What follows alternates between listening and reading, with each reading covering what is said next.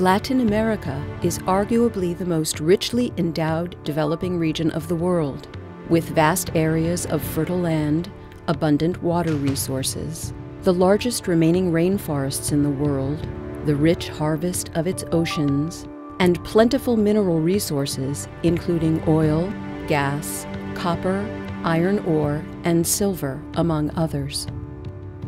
The strong natural endowment, proximity to, and close business ties with North America and Europe, and relatively advanced institutional and physical infrastructure contributed, until the 1970s, to high economic growth. By 1980, most Latin American economies joined the ranks of middle-income societies, well before Asia. In 1980, Latin America's per capita GDP was almost 10 times that of East Asia. Latin America was generally regarded as the developing region with the greatest promise.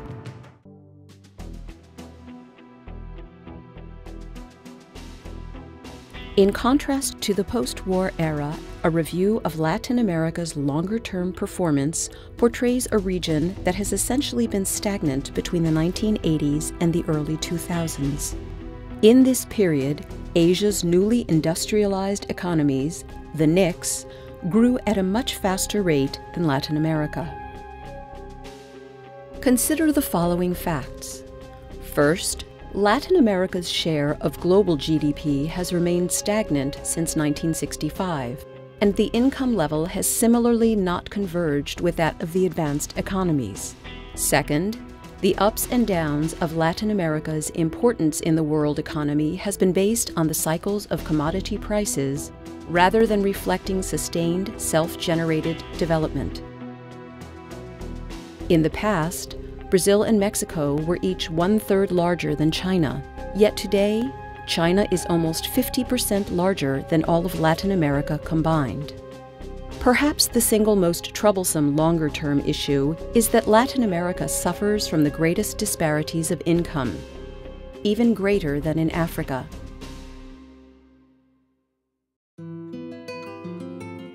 There are a number of striking differences between East Asia and Latin America. For one, East Asia has seen major gains in total factor productivity, while Latin American countries have remained stagnant. They have much higher savings and investment rates.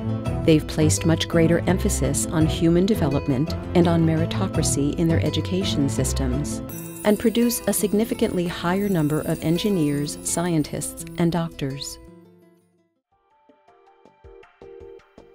The inability of the Latin American economies to further close the productivity and income gap with developed countries suggests that the region has become mired in the middle-income trap. Many of the region's economies have achieved middle-income status, but risk becoming trapped without a viable high-growth strategy.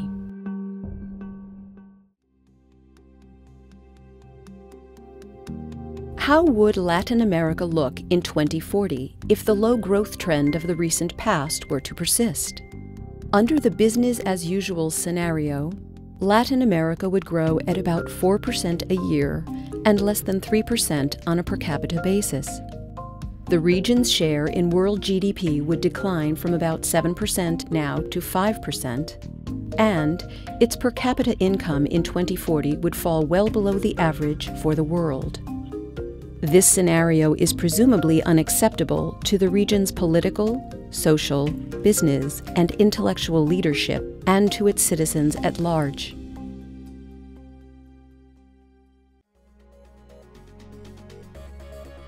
On the other hand, what would be the economic and social outlook of the region should it manage to cut its current differential with East Asia and China and India by half, and lift its growth to about 6.5% a year between now and 2040.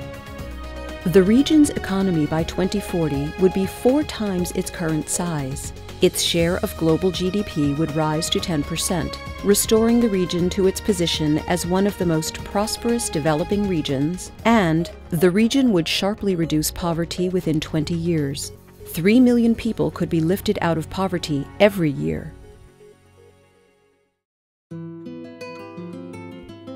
Latin American countries are so diverse in their natural endowments and in structural and institutional capacities that detailing a strategy for this vision is only possible at the level of each individual country.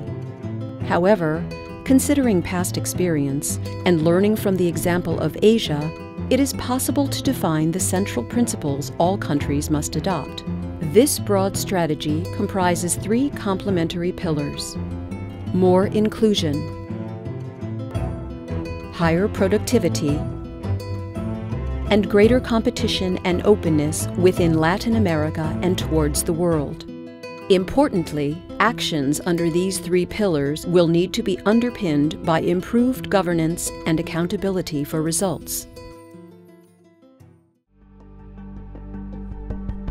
The fundamental approach to achieving a more inclusive society in the region will involve providing access to quality education and other public services, breaking the economic dominance by entrenched vested interests, and ensuring jobs and finance to those who are today left at the margins of society. At the same time, Latin America must pay much more attention to the looming problems of environmental degradation, rising crime, and corruption.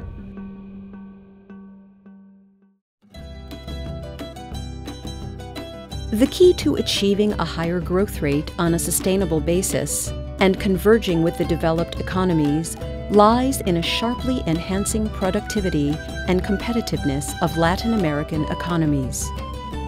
This will require much more emphasis on improved human capital, a better business environment, much higher investment rates necessary to restructure the production of goods and services, and more entrepreneurship, innovation, and technological development.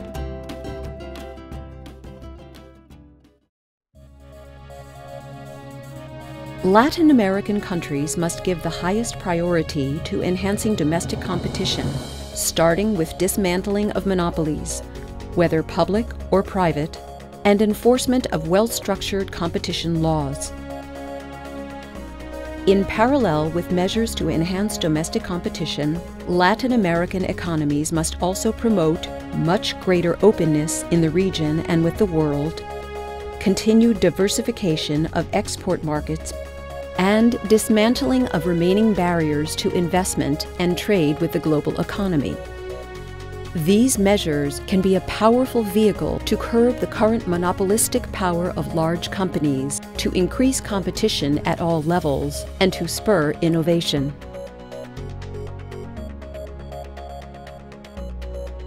Also, a closer look at each and every crucial issue facing the region reveals that the most underlying problems are rooted in poor governance. Without fundamental improvements in governance, it will not be possible to tackle these issues effectively. The payoff from achieving this scenario is huge. Under the shared vision, Latin America's GDP would reach $24.7 trillion versus $8.5 trillion. Its share of global GDP would reach 13.4% versus 5.1%, and its per capita income would reach $35,000 versus only $12,000. Millions of Latin Americans would be lifted out of poverty. Latin America can achieve this vision and must. By aspiring to more rapid economic growth and to a reduction of inequalities, the region can enter into a new era of hope and prosperity. Latin America's future is in its own hands.